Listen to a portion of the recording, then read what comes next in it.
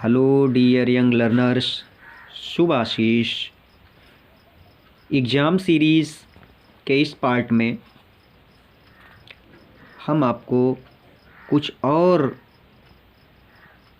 कक्षा 10 विज्ञान विषय के अंतर्गत ऐसे महत्वपूर्ण प्रश्नों का संकलन वीडियो के रूप में आप सभी यंग लर्नर्स के लिए फिर से आप लोग अभ्यास करें, मेहनत करें। बहुत कम ही मेहनत में आप अच्छे अंक इन प्रश्नों के द्वारा प्राप्त कर सकते हैं और किसी एक वीडियो में एग्ज़ाम सीरीज़ किसी भी सब्जेक्ट की पूरी नहीं हो पाती है।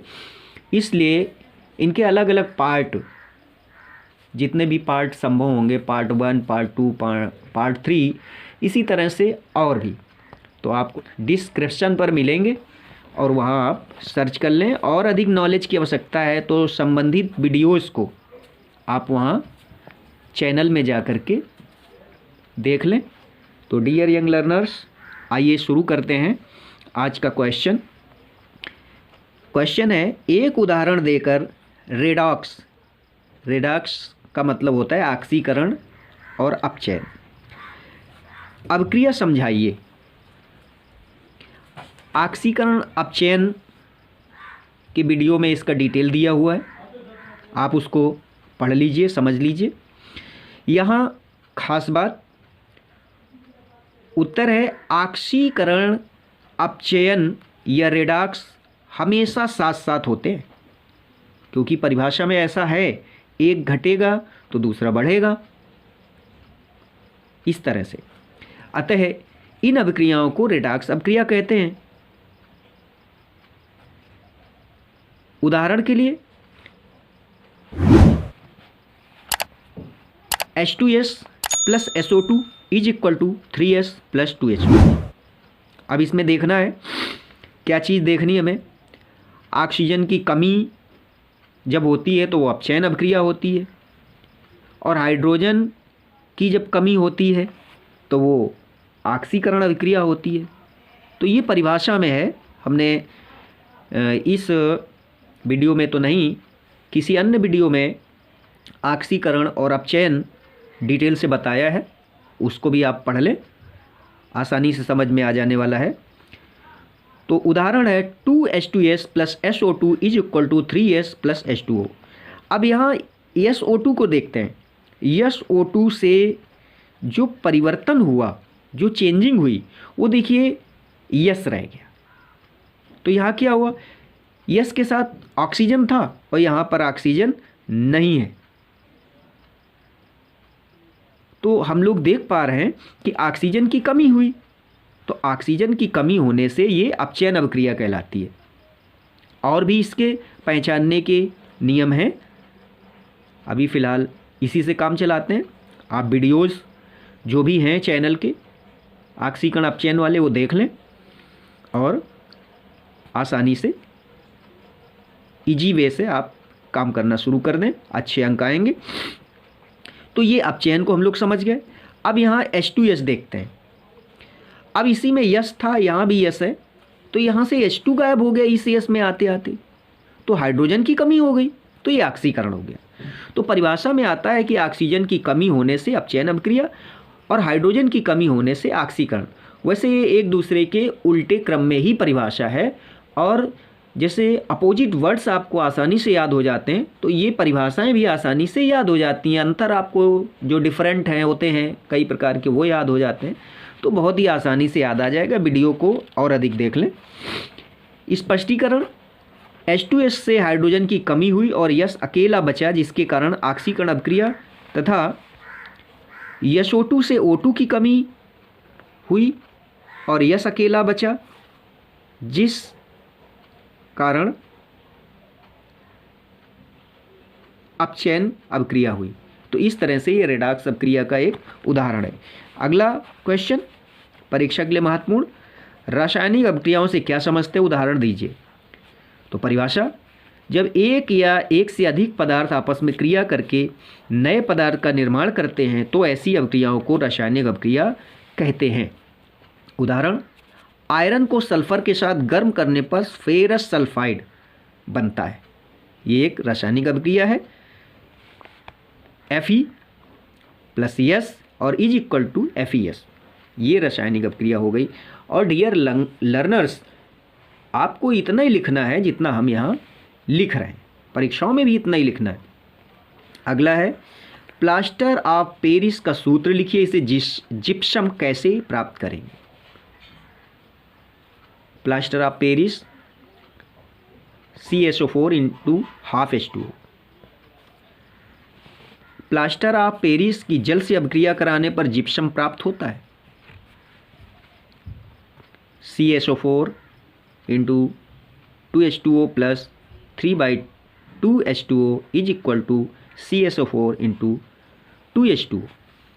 ये प्लास्टर ऑफ पेरिस का सूत्र है और ये जिप्सम का सूत्र है। डियर यंग लर्नर्स, अगला प्रश्न, खनिज तथा अयस्क की परिभाषा लिखिए या खनिज तथा अयस्क में अंतर समझाइए। तो खनिज, खन माने होता है खोदना और जा से जन्म लेना, मिलना, प्राप्त होना। तो खनिज का मतलब हो गया ऐसे पदार्थ जो पृथ्वी से खोद करके मिलते हैं। तो आइए खनिज को समझते हैं। धातुओं के यौगिक पृथ्वी के अंदर खानों में जिस रूप में पाए जाते हैं खनिज कहलाते हैं। यानी जहाँ भी हम खोदते हैं खाने उनको कहते हैं, और वहाँ ये जिस रूप में पाए जाते हैं उनको हम खनिज कहते हैं। तो डियर यंग लर्नर्स, इस परिभाषा को आसानी से याद कर लीजिए, लिखिए ज़रूर, क्योंकि परीक्षाओं में आपको लिखना होता है। इससे राइटिंग भी बनेगी और याद भी हो जाएगा। किसी काम में जितने वर्कर आप लगा दोगे काम उतना ही आसानी से होगा। उसी तरह से शरीर में जितने भी वर्कर हैं हमारे, मुख हो गया बोलने के लिए, कान हो गए सुनने के लिए, दिमाग हो गया मनन करने के लिए, तो इस तरह से हाथ हो गए लिखने के लिए। तो इस तरह से जितने भी वर्कर आप लगा दोगे अपनी पढ़ाई के काम में, वो उतना ही अधिक सक्सेस होगा। ये एक मोटिवेशन की बात है, आप लोग याद रखिएगा। अपने शरीर के अंदर के सभी वर्कर से काम लीजिए और आपका काम बहुत ही आसानी से हो जाएगा। अयस्क, अयस्क क्या होते हैं अब देखते हैं। वह खनिज जिसमें धातु का निष्कर्षण लाभप्रद एवं आर्थिक दृष्टि से उपयोगी होता है अयस्क कहलाता है। अब देखते हैं अगला क्वेश्चन, परीक्षा के लिए इंपॉर्टेंट। साबुन की रासायनिक प्रकृति उदाहरण देकर स्पष्ट कीजिए। रासायनिक प्रकृति, रासायनिक प्रकृति का मतलब क्या हुआ? किन किन पदार्थों को, तत्वों को, अवयवों को लेकर के ये साबुन बनते हैं। साबुन क्या होते हैं? साबुन उच्च अणुभार के वसीय अम्लों के सोडियम अथवा पोटेशियम लवण होते हैं। वसीय अम्ल क्या होते हैं? जैसे आपका जितना भी ओइक ग्रुप है, एल्कनोइक ग्रुप है, वो वसीय अम्ल होते हैं और इनमें कार्बन की संख्या 15 से अधिक ही होती है। तो आइए देखते हैं हम लोग। साबुन उच्च अणुभार के वसीय अम्लों के सोडियम अथवा पोटेशियम लवण होते हैं, जैसे C15H31 COONA, तो ये हो गया सोडियम पामीटेट। अगला C17H33 COOK पोटेशियम ईस्टरेट। इसी तरह से C17H31 COONA सोडियम ओलिएट। इस तरह से तो वसीय अम्ल भी आप समझ गए होंगे क्या होते हैं। एल्कनोइक ग्रुप जितना होता है वो वसीय अम्ल कहलाता है और इसमें कार्बन की संख्या 15 से अधिक होते हैं। उदाहरण देकर साबुनीकरण का अर्थ समझाइए। साबुनीकरण यानी साबुन को बनाना अथवा साबुनीकरण पर टिप्पणी लिखिए। ऐसे प्रश्न आप तैयार करें। साबुनीकरण, तेल अथवा वसा, वसा माने फैट या घी, वसा क्या होता है, तेल वसा होते क्या है, अभी हमने बताया। जो उच्च तेल वसा को सीख लीजिए, जो उच्च अणुभार के कार्बोक्सिलिक अम्लों के ग्लिसरॉल के संयोग से बने एस्टर होते हैं, एस्टर होते हैं। तो परिभाषा में तेल अथवा वसा पर क्षार की अभिक्रिया मतलब जल अपघटन से साबुन बनने की अभिक्रिया को साबुनीकरण कहते हैं। फिर से, तेल अथवा वसा पर क्षार की अभिक्रिया से साबुन बनने की अभिक्रिया को साबुनीकरण कहते हैं। और ये जो बीच में ब्रैकेट में हमने लिखा है, आपको समझाया है तेल या वसा क्या होते हैं और साबुन क्या होता है। डियर यंग लर्नर्स, उदाहरण देख लीजिए इसका। CH2OOC, C15H31 single bond, CHOOC C15H31 CH2OOC C1531, इसको हम कहेंगे ग्लिसरॉल ट्राईपामिटेट।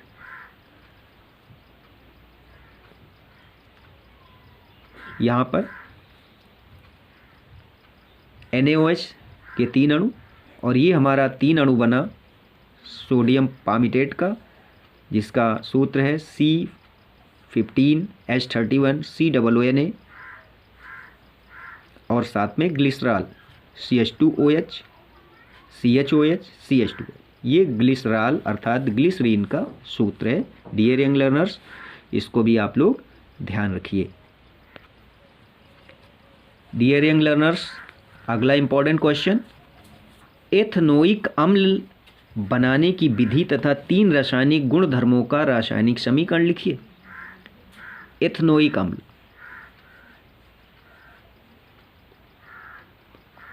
एथनोइक अम्ल को कार्बोनिल यौगिक जैसे एथनल के ऑक्सीकरण से विरंजित कर प्राप्त करते हैं। अब डियर यंग लर्नर्स, हमारा एथनोइक क्या है, एथनल क्या है, एथेनॉन क्या है, ये हमने IUPAC के वीडियो में आपको डिटेल से बता दिया है कि क्या चीज़ होती है। अब परीक्षा की तैयारी हम करा रहे हैं तो हम डिटेल पर न जा करके इतने कहेंगे कि वहाँ पर आप उस वीडियो को देख लीजिए और ये भाषा, केमिस्ट्री की जो भाषा है ये समझ लीजिए, इससे बहुत ही आसानी होगी। केवल इसमें यदि आप जैसे ही कोई टीचर शब्द बोलता है तो IUPAC या अन्य जैसे चीज़ें होती हैं, जो भी शब्द हैं उनका अर्थ पहले आप समझ लीजिए, फिर केमिस्ट्री बहुत ही आसान है, एज इजी एज ABC। तो डियर यंग लर्नर्स, फिर से, एथनोइक अम्ल को कार्बोनिल यौगिक जैसे एथनल के ऑक्सीकरण से विरंजित कर प्राप्त करते हैं। अब CH3CHO प्लस नवजात ऑक्सीजन, ये एथनल हो गया, ये नवजात ऑक्सीजन हो गई। इसको तन H2SO4 प्लस K2Cr2O7, इसके साथ हम लोग अभिक्रिया कराते हैं तो ये हमारा एस्टिक अम्ल CH3COOH बनता है। साधारण नाम में एस्टिक अम्ल और 2 कार्बन होने के कारण एथनोइक अम्ल COOH अम्ल के लिए है। तो डियर यंग लर्नर्स, इस तरह से साधारण नाम, IUPAC नाम आपको कुछ न कुछ समझने होंगे, तभी केमिस्ट्री आसान हो जाएगी। अब पहला इसका गुण है अम्लीय गुण। अम्ल का क्या मतलब होता है, हाइड्रोजन उसमें अलग हो जाएगा जब भी इनको हम तोड़ेंगे, रिवर्सिबल देंगे, वियोजित करेंगे विद्युत वियोजन अभिक्रिया से। तो CH3COOH, इसको जब रिवर्सिबल रिएक्शन हुआ तो CH3COO माइनस चार्ज में अलग हो गया और H प्लस चार्ज में अलग हो। इस तरह से ये अम्लीय गुण प्रदर्शित करता है। यानी अम्ल, अम्ल का मतलब खट्टा होना या नीले लिटमस पर जो प्रभाव है उसका। तो यहाँ पर रासायनिक गुण देना है अभिक्रिया के माध्यम से, तो हम लोग ऐसे ही दिखाएंगे। एस्टेरीकरण मतलब ईस्टर एसीटेट बनना, एस्टेरीकरण। CH3COOH ये आपका एथनोइक अम्ल हो गया या एस्टिक अम्ल कह लें, इसको सिरका भी कह लेते हैं आप लोग, प्लस CH2C2H5OH और सांद्र H2O4 के उपस्थिति में जब अभिक्रिया कराते हैं तो ये हमारा बनता है CH3COOC2H5। इसको हम, ये एसीटेट हिस्सा तो है ही है हमारा CH3COO और C2H5, ये H5 लिखा हुआ है प्लस H2O, ये एस्टरीकरण हो गया।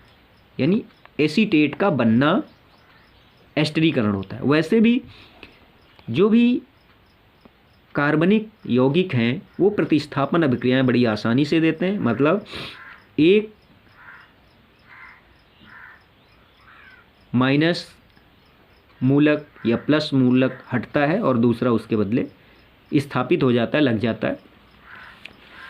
अब और आगे इसी अभिक्रिया में हम लोग देखते हैं CH3COOC2H5 जो लास्ट में इधर बना था, NaOH के साथ उपस्थित में अभिक्रिया हुई तो C2H5OH ये अल्कोहल ग्रुप और हमारा sodium acetate CH3COONA sodium acetate, तो ये एस्टरीकरण कहलाता है।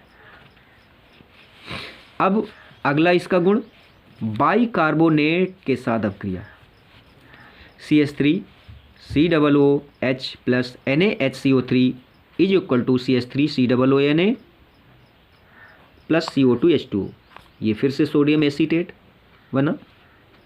तो डियर यंग लर्नर्स, इस तरह से इनको लिख पढ़ करके याद कर लीजिए। इसमें आपको दिक्कत आ सकती है जो ये होगी कि इनके नाम, तो कुछ हमने नाम लिख दिए तो बार बार लिखने की आवश्यकता हम नहीं समझते हैं। आप लोगों की ज़रूरत है तो आप अपने ढंग से लिख दीजिए। अगला प्रश्न है इम्पॉर्टेंट, पोषण क्या है, पोषण की आवश्यकता क्यों पड़ती है। शरीर को, मानव शरीर को जीवित दशा में बनाए रखने के लिए कोशिका में निरंतर उपापचय होता रहता है। उपापचय के लिए भोजन कच्चा या पक्का, क्योंकि मनुष्य दोनों तरह के भोजन करता है, जीवधारी वातावरण से लेते रहते हैं, इसे पोषण कहते हैं। ऊर्जा उत्पादन, मरम्मत तथा वृद्धि के लिए पोषण की आवश्यकता पड़ती है। तो डियर यंग लर्नर्स, ये पोषण क्या है इसको भी ध्यान में रखिए आप लोग। अगला महत्वपूर्ण प्रश्न, यकृत के प्रमुख कार्य लिखिए, मतलब लीवर। यकृत के प्रमुख कार्य लिखिए। यकृत कोशिकाएं हेपेरिन नामक पदार्थ का स्राव करती हैं जो रुधिर वाहिनियों में रुधिर को जमने से रोकता है। नहीं, दूध की तरह खून भी यदि जम जाए तो मानव जीवन वहीं रुक जाएगा, सभी जीवधारियों का जीवन रुक जाएगा यदि खून शरीर के अंदर जम जाए। तो ये यकृत का महत्वपूर्ण कार्य है। दूसरा है, आमाशय रस के अम्ल को प्रभावहीन करने के लिए पित्त बनाता है और भोजन को क्षारीय बनाता है। तीसरा काम, यकृत शरीर के संचरण का 1/3 रुधिर संचारित करता है। तो डियर यंग लर्नर्स, ये परीक्षा के लिए बहुत ही महत्वपूर्ण प्रश्न है, प्रश्नों का संकलन है।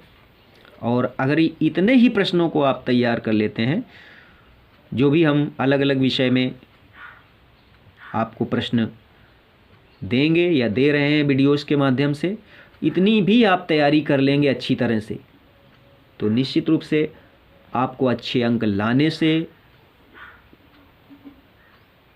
पास होने से कोई रोक नहीं सकता है। तो डियर यंग लर्नर्स, अभी समय आपके पास खूब है, समय का उपयोग करें। अपने वर्किंग टाइम, जो भी पढ़ाई का समय है, उसको बढ़ा लें, बीच बीच में रेस्ट भी लेते रहें, इंटरटेनमेंट की भी तरफ हल्का फुल्का जाते रहें, अच्छा भोजन करें, सही समय पर नींद लें, बॉडी रेस्ट दें और आगे बढ़ें। यही मेरी आप सभी यंग लर्नर्स को सलाह है। शुभ आशीष।